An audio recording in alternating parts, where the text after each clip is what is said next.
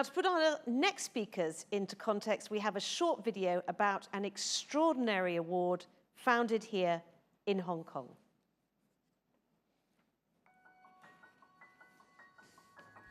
It all begins with one heart to ease someone's pain, one voice dedicated to changing the world, one passion to transform lives. The One is the brainchild of philanthropist and former Rotary District Governor David Harilela. Inspired by the Rotary motto of service above self, he wanted to create an annual award that seeks and empowers individuals who dedicate their lives to helping and saving those in need. The One is my passion, the One is my life. The mission of the One is to find the hero of all heroes, someone who is the epitome of compassion and selflessness, someone who dedicates their life to helping mankind. The One is the hero we should all aspire to be. Supported by Rotary District 3450, The One taps into a global network of 1.2 million Rotarians to help find the world's unsung heroes. This network of giving souls are dedicated to making a difference in the world.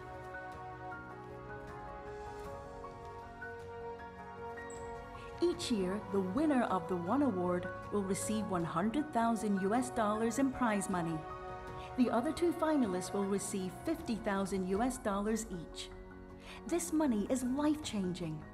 Most importantly, it allows our heroes to continue their work and transform lives.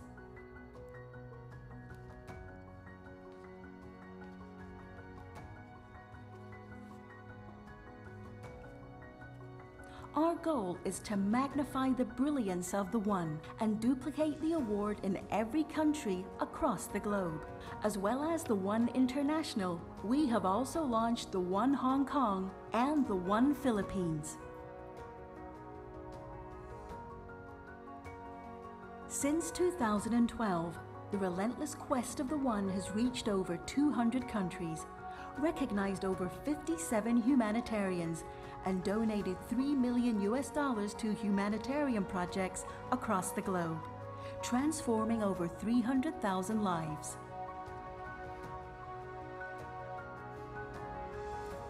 The key is impact.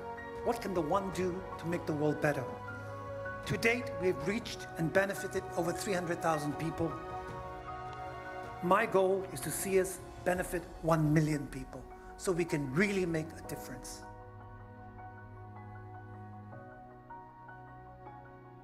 Well, I would now like to welcome the family behind the One Humanitarian Award, which we've just heard about there, founded in 2012 to recognize humanitarian projects. Sorry, I just removed one chair. I'm going to have to bring it back.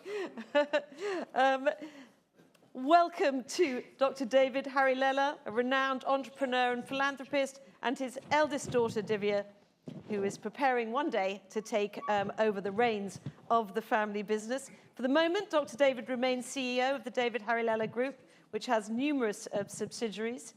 Divya is a former fashion editor at the South China Morning Post. She's worked in lifestyle and fashion media for more than 20 years, and she has her own consultancy, The Divine Limited, offering services such as content creation and strategy. Thank you very much for coming today. And I should say it's an incredibly busy time for these two because you've got your last, was it last night? Last night we had the fundraising gala dinner. Fundraising gala dinner. So thank you for making the time to be with us here today. I apologize if my voice is not up to date. I think I lost my voice last night. Everybody looks so serious. It's not so serious, guys. Yeah. We're giving away money. That's a good thing. Let me put smiles on people's faces. Yeah. That's the whole thing. Exactly. So, Dr. David, I mean, you actually come from a long line of philanthropists. What lessons did you take away from previous generations in your own family? I think it was your father and your grandmother in particular. My grandmother was my heroine and my father was my hero. From a very young age, I saw them. How does philanthropy start? It starts with giving. It starts with caring. We were very poor when we first came to Hong Kong. My grandmother actually had a candy store in Mong Kok, which is a low part of Hong Kong. And basically, buses come outside her candy stand, and it can take half an hour. And my grandmother would do beautifully. She'll say to the person standing, "Here, I have a stool. Can I offer you a glass of water?" It all starts by giving. And my father was the same. He gave money to everybody. It didn't matter if you were a thief, a crook, and if you wore orange robes of a priest, you'd get even more money. Not a lot of due diligence then in his giving, no. He didn't believe in that. He believed it was karma for him to do it. And I mean, Divya, coming from a family with a strong philanthropic legacy, I mean, did you feel pressurized, or was it just part of the family culture to follow in that tradition? I think with any big family, you know, especially with ours, we all live together as well. So our values are all deeply rooted, and they're all kind of continual. So I always grew up with this legacy, I guess that's a word that we use a lot now, of giving and caring. We were always seeing, I think not even just my dad, but my aunts in particular, they do a lot of service, my grand uncle. So it was always ingrained in us, but I was never expected to, you know, Dad has a couple of different, he has a personal charitable foundation, then he's got the one. And I was never he was never told me, listen, you have to take this over one day, but it was almost like subliminal. You know, you kind of watch and you see what's going on, and you feel you're part of it because it's part of him, and it's almost like DNA. It's passing on that DNA. So I kind of always knew in the back of my mind, but I always had my own career, and I was always doing my own thing. And it's interesting to talk about legacy because it wasn't really until a few years ago when Dad was unwell, and he said to me, well, listen, you know, what you want to do about the one? Do you want to take that over? It's my legacy. And it was we were talking about it yesterday, it was a really interesting point in my life because, you know, having these conversations is important. You take it for granted that your next generation is going to want to take over. But that's not necessarily the case. And then when they do want to take over, you really have to empower them. But they also have to have the same passion. And you know, Dad's passion is different to my passion. I mean, Dad, maybe you can give them a bit of insight on that part of the journey of kind of trying to bring me on board. He told me for years, you're going to help me. When are you going to help? When are you going to help? I mean, Divya makes a good point, Dr. David, because those conversations about transition, legacy, I mean, they're important, but they're not easy, are they? You know, I believe you don't tell your children what to do. You try to show them what to do. I believe in inspiring and motivating. Because you can't say, hey, listen, you do this. It's never going to work. But you can inspire and motivate, and I think that's what I try to do in everything I do. And I'm so glad. So when I was sick and I turned to my daughter, I said, what would you like to do? Because my ultimate dream was to do the one in every country in the world.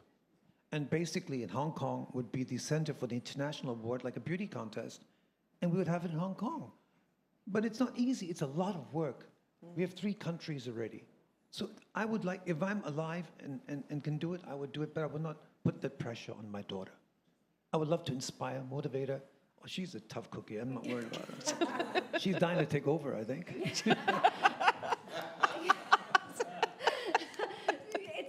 It's funny because, you know, we talk about legacy and you talk about handing over, and then it's kind of like the generation that came before is forgotten.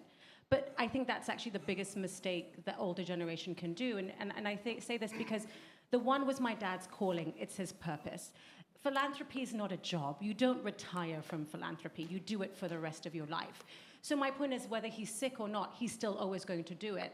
So when he said to me, you know, when do you want to take over? I'm like, it's not necessarily about taking over. It's sort of kind of evolving it together and starting to add my own sort of spin on it. You know, and it's funny because after the award ceremony last night, we were in the car on the way home, and I was like, well, we need to do this, and we need to do that, and this is better. And he's like, hey, calm down, you know? So it's funny because we both have quite distinctive ideas of what we want from the award, but the end goal is still the same, which is to maximize the good that we do.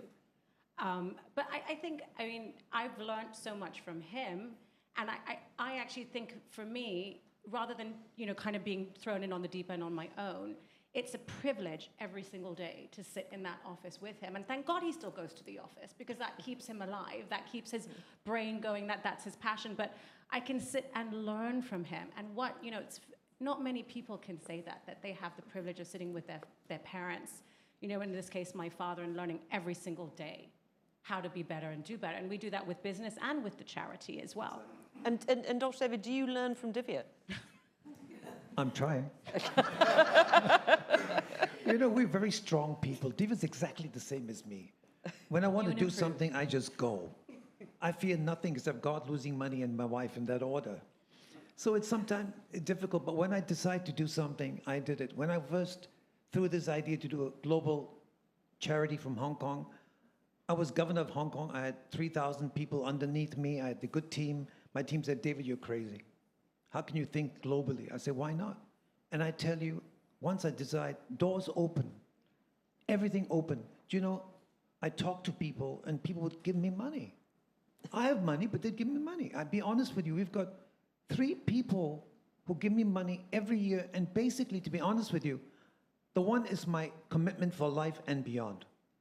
Okay, I have a team in place. And all these people, most of them do that. The one in Hong Kong was my friend. We were joking, have a drink. He said, I'll give you this much money. I said, you're joking, it's too small for you, you're rich. Then he suddenly said, I'll give you 800,000. I said, that's good, how about life? And he said, yes. And we opened the one in Hong Kong. And that's the way I do it. I want to ask you, it's a quite personal question. I mean, you've been a very, very successful entrepreneur and businessman in your life. What is it that philanthropy gives you that you don't get from the business? I mean, what does it bring you? To me, it's very simple. When I do what I do, and I've seen what I've seen, to me, it's the glow. When I do the one, I get glow. Even now, I'm feeling a little bit of a tinge. Because when you see the people that I've helped, seen a woman look after broken children. A mother would throw an orphan at the door of orphanage and say, you look after them. But I've seen people who pick up men who were eating, God forbid, crap on the back of a kitchen. And this man would say, I will never let any man or human eat crap again. And he dedicated his life to feeding humanity. Come on. That's what life's about. I calculate my success by the amount of smiles I can put on children's faces. That is my dream. And how does the family business and the family philanthropy interconnect, or do they interconnect? They interconnect in a certain way. Everyone's got their own thing. You know, family has changed. We used to sit together and have dinner every day. Today, it's difficult. My father actually nurtured it beyond 50, 60 years. And when he died, and my uncle died, the leaders, there were 6 brothers. I am the eldest son. It's hard because people have got their own thing going on, but we still have great unity. We have brunches together. We celebrate Mother's Days, Father's Days, all kinds of days. And that's the family. We don't talk. The business is business. The family is love. My father believed only in love, and he held the whole family. He's the cement of the family. So does the philanthropy bond you more than the business, or are they all interconnected? I think they're all interconnected in their own way. I'm very proud to say I believe that we've influenced 2 of my nieces run their own charity, and my cousin run their own charity. It's fabulous. The key is everyone's got their own road. Like Divya says, she wants to run the one her own way. And she will one day, you know, because I appreciate ideas, but so far, I love the people who've allowed me to do what I want to do. It's amazing. I tell you, in the Philippines, I told this friend of mine, I want to open the Philippines. And he said, sure, why not? I'll do it. I said, for life? It's not easy. Can you imagine asking someone to donate money for life? He just told me today, last night he was with me, he said, David, I'm so proud of being the one. Can I do this? I said, what do you want to do? I want to give money to every hero every year. I said, that's phenomenal. That's my dream. If I was a billionaire, I would do that. Because one of my heroes looks after 300,000 people in the Afar jungle in Eastern Africa. How much money, how much time? And I'm a goddamn stickler on due diligence. All my charity is controlled by Rotarian leaders who make sure that the money is spent. Because, I'm sorry, many charities have overheads. No one's paid except I pay them. We give back 94 cents on the dollar. So that's where you differ from your father, as you said. Most definitely. You want to hear the Rome story? I try to spend more money, he doesn't let me. I mean, Divya, to what extent have you managed to bring your own experience long experience in the fashion industry and journalism into the family business and family philanthropy? Have you been able to feed some of that in? I business is business. I don't want to talk about. I always joke to my friends. I'm like, now instead of buying handbags, I'm buying stocks. It's kind of the same thing anyway. But in terms of the philanthropic side, I think network has been really, my network through the fashion industry, through my journalism. But I think for the one especially, we talk about the people, we talk about those heroes. Each individual can do something. And I think telling their story has been something that I kind of really gravitate towards with my journalistic background, telling those stories of those people like Dad talked about. Valerie, she was a nurse in Ethiopia that works with an Amphar tribe. Last year, one of our winner last year was an Italian nurse that moved to the Congo 40 years ago, even lost an arm, and still operates on women, and together they're basically lowering the mortality rate in this part of Ethiopia. I mean, these stories are amazing. So for me, it's about telling those stories, and I can do that through my networks. And also kind of engaging a younger audience, because, and this is kind of where Dad and I always disagree about stuff, because we do like an annual fundraiser every year, which is wonderful. But I'm like, my generation doesn't really want to dress up in a black, long dress and go and, sit in a boring ball and listen to tons of people. So then, Dad's like, okay, fine, let's get somebody new and young to come in. So we bring in somebody new to perform. So we try to do these different elements to engage different people. And I think that's where I come in, because we're trying to make it more multi-generational, because that's the future. But in the end of the day, the money's still with the older generations, right? So it's about engaging all of those, because you also want those future leaders and those future donors, because that's really, really important. I think that's where you need different generations, not necessarily younger, because I don't think I'm young anymore, but yes, you are. a different eye, so to speak. I mean, that brings me on to my next question, Divya, because you were born here in Hong Kong, you grew up here. What would you say that your generation's attitude is towards philanthropy compared to that of your parents? I think it's not so much about a generational divide. I think it's basically it's about your own value system and how you were raised. Dad always talks about charity starting in the home, and I think it's the onus is on the family and on the elders to kind of integrate those values into kids. So, I have many peers that, maybe are not as involved in charity, and I have many that do charity all the time. So I think it's really about, and in Dad's case, it's finding that passion and then igniting that passion in the next generation. And that's what he's been able to do with me and my sisters. When Dad started the charity in 2012, I was still working as a fashion editor at the time at the paper. I think I was just leaving. And my sisters, all had, one was in PR, one was in events. She was doing events for Bill Clinton and all sorts. And Dad's like, okay, guys, this is what I'm doing. And we were like, okay, we're all gonna get involved, because we were just like, this is an amazing feat. So I think if you can inspire people, then you can always engage people. But inspiring people is the tough part. I don't think it's a generational issue. I think it's finding people who you can aspire to be like. And I think that's where Dad's strength is. Maybe mine not yet. I'm hoping to be like that. You clearly have a great relationship and are able to talk about most things, which is that. You say you disagree. Do you have serious disagreements? Dad, do you want to answer this? Are you basically, but still the boss, Dr. David? Yes. Nothing serious. I'm never the boss. I live with I have 4 women in my life. They don't see things my way quite often. We communicate. We may not always agree, and we're both fiery, but we kind of go our separate ways, and we come back, and I'm like, Dad, I'm really sorry, and he's like, no, I appreciate what you're trying to say. I think it's important to communicate, and I think that's one thing that I'm especially lucky about, because men in general are not great communicators, but ever since I was young, Dad has always been very open and honest, and was always talked about the importance of communication. I think that helps us be better and do better, even if we disagree, right? I love my kids. They're very exciting. And in fact, I wrote one of my first songs for my daughter. He's also a singer. Yes. He moonlights as a singer. Dr. David's an accomplished musician as well. Yeah. I was a workaholic kid, worked 9 to 9 the first 7 years of my life. And I come home and my wife goes, here, catch. So I get Divia, and I'm walking around our corridor of a house, which is huge, and I'm singing Divia with Divia, and then finally the song was created. I'm very lucky. I love my family. I'm a romanticist. I insist we spend time together.